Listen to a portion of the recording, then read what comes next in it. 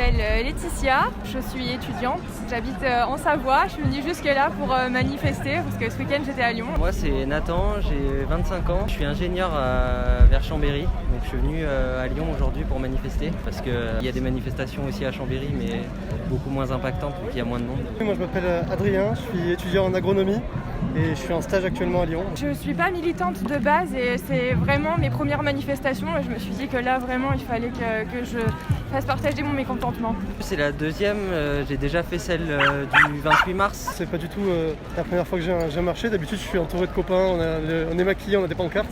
Bon, aujourd'hui j'ai fait sobre vu que je suis seul. Je suis venue manifester parce que je suis depuis un moment tout ce qui se passe avec la Convention citoyenne. Le gouvernement qui a voté une loi climat qui est une mascarade avec quelques articles phares qui ont été balayés tout simplement. À titre individuel on ne peut pas tout faire. Et donc on a vraiment besoin de l'engagement du gouvernement.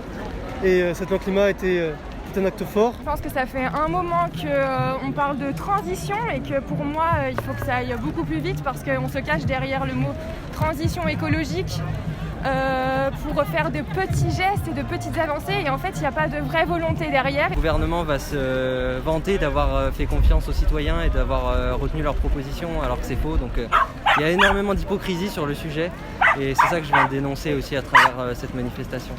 Ce qui se passe au niveau local, c'est important et en fait les municipalités ont aussi un rôle à jouer là-dessus, interdire l'installation de gros entrepôts avec des entreprises qui ont pris peu d'engagement pour le climat, voire aucun.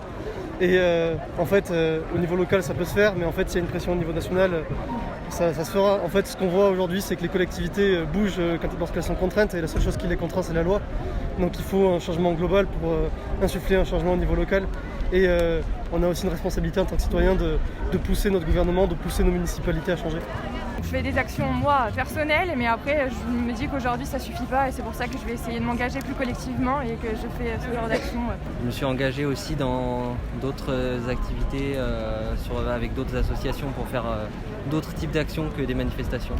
Il n'y a pas de raison de s'arrêter de manifester. Tant qu'il n'y aura pas de décision prise, tant qu'il n'y aura pas d'acte fort, ça vaudra le coup de continuer.